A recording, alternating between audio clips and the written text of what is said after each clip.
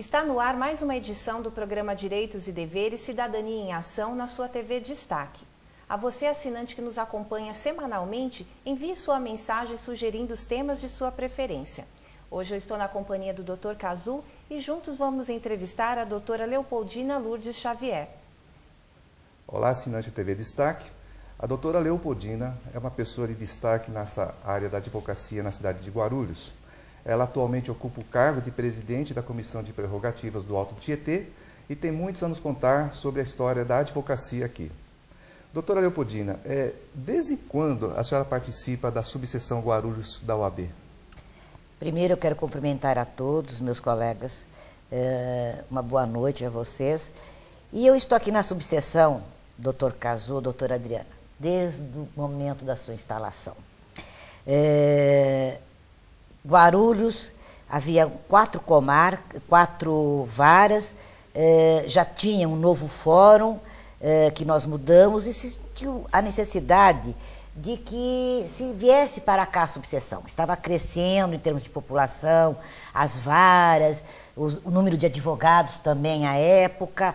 Então, foi-se feito todo um trabalho e a Ordem dos Advogados decidiu que Guarulhos mereceria essa instalação dessa subseção.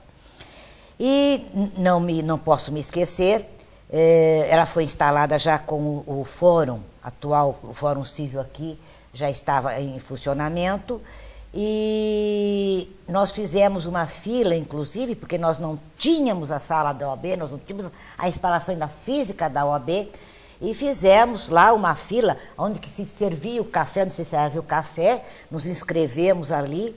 Tinha uma sala no 2º andar ao lado, onde nós íamos depois fazer a eleição da primeira diretoria da OAB. E eu estava na fila, era a 6ª da fila. Quantas mulheres, doutora? Eu não sei naquele exato momento, eu não posso dizer a você se eu acho que nós havíamos mais, mas eu acredito que sim.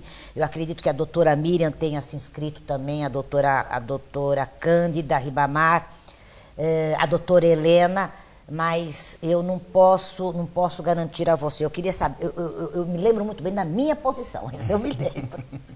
Mas, e foi aí que nós, inclusive, começamos, né, todo esse trabalho da subseção de Guarulhos, a quem eu tenho acompanhado, então, desde o primeiro momento da sua instalação, votando em todas as eleições e tentando, como colega, como advogada, e o compromisso, inclusive, que eu tenho com os meus colegas, à medida do possível, sempre ajudar. E eu tenho muito orgulho desta nossa subseção. Doutora, a senhora advogou num período bastante crítico na nossa sociedade, na história do nosso país. Como era advogar nesse período, principalmente para aqueles colegas que se formaram após a Constituição, em 88? É verdade, além de eu ter sido advogada de um período muito crítico, eu fui estudante universitária de um período muito crítico. Então foi tudo muito crítico, né? Era ser estudante na época era crítico e depois ser o profissional também era crítico. E principalmente porque quando eu me formei, eu já tinha uma direção, né, da área que seguir do direito. E eu fui para o direito social, para o direito do trabalho. E eu tinha uma atividade política também intensa. E isso era quase que paralela, a atividade política junto com a atividade do direito. E eu fui numa área ainda pouco mais delicada, que eram 2.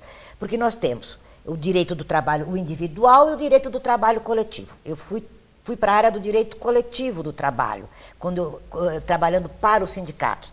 E fui para uma área também que era da infortunística, que era da saúde do trabalhador. Em 68 foi quando terminou-se o perfil do seguro privado e passou-se para o seguro social INSS. Então havia toda uma transformação de legislação. E eu peguei essa transformação de legislação e até por uma orientação mesmo de um partido que eu fazia parte à época, de um partido político à época, eu fui para a questão da previdência social, da saúde do trabalhador, dos direitos do trabalhador, socialmente falando, na sua garantia para um futuro da aposentadoria, do auxílio-doença. E fazia também o direito coletivo. Tanto é que no direito do trabalho individual, eu nunca, nesse período até, eu não trabalhava muito, não. E era difícil, por quê? Começam-se as greves no ano de 78, que já estavam bem amarradas, havia todo um descontentamento, né, do ponto de vista econômico, os salários não acompanhavam, havia já começado um período de inflação muito grande, e o povo estava desejando uma reformulação. Não vamos dizer que nunca, eu acho que passou, ou até se passou também para os mais jovens tudo isso, era a reformulação mesmo que nós queríamos. Tanto é que nós tivemos todo um processo político aqui neste país e vemos que nós chegamos na reformulação, nunca numa revolução, como às vezes poderiam dizer, até os militares tinham na sua cabeça. Mas, e aí era muito difícil, porque a greve era proibida, né? Então, nós íamos para as greves, quer dizer, a gente tinha que acompanhar as greves também, e o advogado, e muitas vezes ser preso junto com os trabalhadores que estavam fazendo greve. Eu não me esqueço uma greve agora, que nós tivemos aqui em Guarulhos, e foi ali na Rio Negro, na Zéia, e inclusive do lado de cá, tinha um campo, não tinha uma empresa, não tinha nada. E os trabalhadores estavam todos em frente à Zéia, e estavam em greve, né? De repente, nós fomos chamados, né?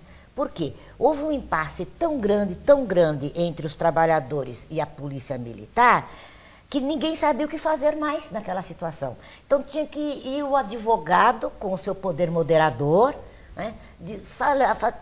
Tentar conversar, inclusive, com a polícia, conversar com a parte de cá, chegar no entendimento, né?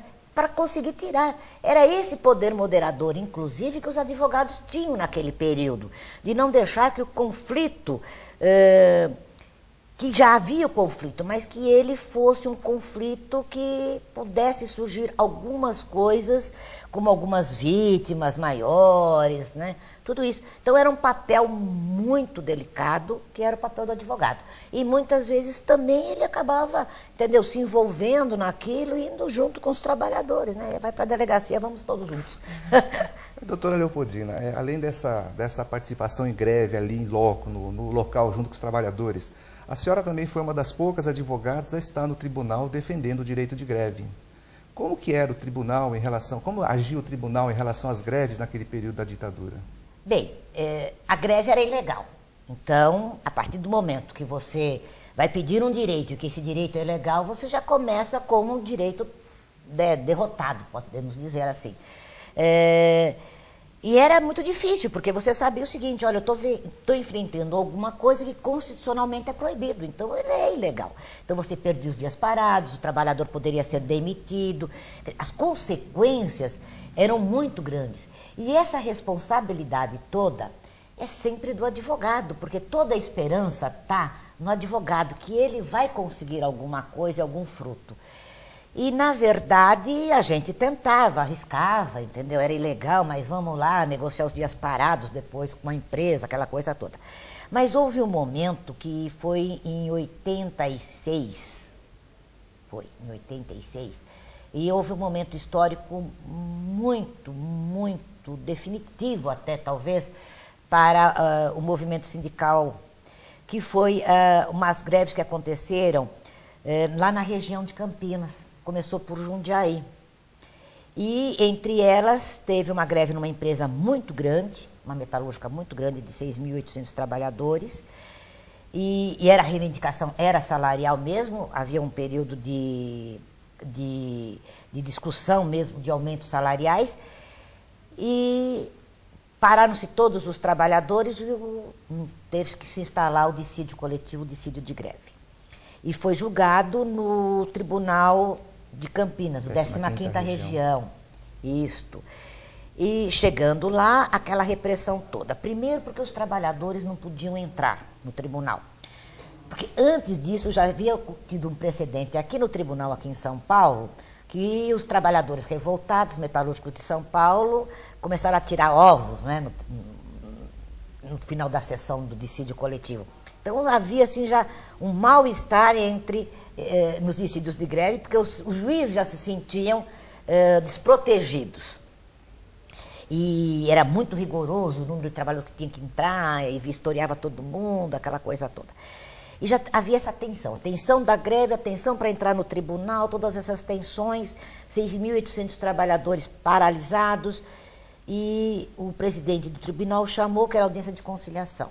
Não tem conciliação. Quando ele viu o número de trabalhadores paralisados, que, por incrível que pareça, até a administração da empresa, todo mundo parou, não teve ninguém. Né? Quer dizer, foi assim, conseguiu-se, vamos dizer, uma coisa que era um sucesso mesmo, que era todo mundo paralisado. Tinha um setor da empresa que não estivesse paralisado.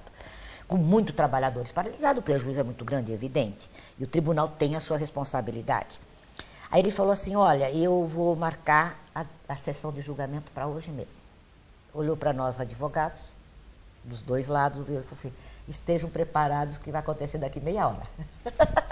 E os advogados têm que se preparar, né? Essa é a nossa vida, né? E, efetivamente, eles pegaram o processo, foram estudar efetivamente o processo, e o julgamento aconteceu. Nós sustentamos, as duas partes sustentaram, falaram tudo o que era necessário ser dito, cada um da sua parte, e no final nós tivemos assim, essa greve, parece-me que inclusive isso está gravado, está nos anais da história lá do Tribunal 15ª Região, mas também nos anais da história do Tribunais do Trabalho, ela foi tida como uma greve legal. Então nós conseguimos, né, com esta greve, trazer a legalidade. Romper, inclusive, com aquela questão que as greves eram legais. Enquanto que a Constituição dizia que a greve era ilegal, o Poder Judiciário dizia, não, ela não é mais legal. E aí, tem uma coisa que é muito curiosa, é quando as condições acontecem, né, e os fenômenos acontecem. Então, vejam bem, a vontade popular, ela se mostrou, e a atividade popular, muito mais forte do que o próprio direito constitucional. E isso também chegou no momento para dizer o seguinte, olha, quando a vontade da população faz com que o Poder Judiciário se curve e rompe com o direito, que é um direito maior, que é o direito constitucional, alguma coisa tem que ser mudada. E efetivamente foi mudada, tanto assim que nós tivemos a Constituição de 88, que está vigindo até hoje, a nossa Constituição Cidadã, que fez o quê? Tornou o direito de greve legítimo, 2 anos depois desse fato.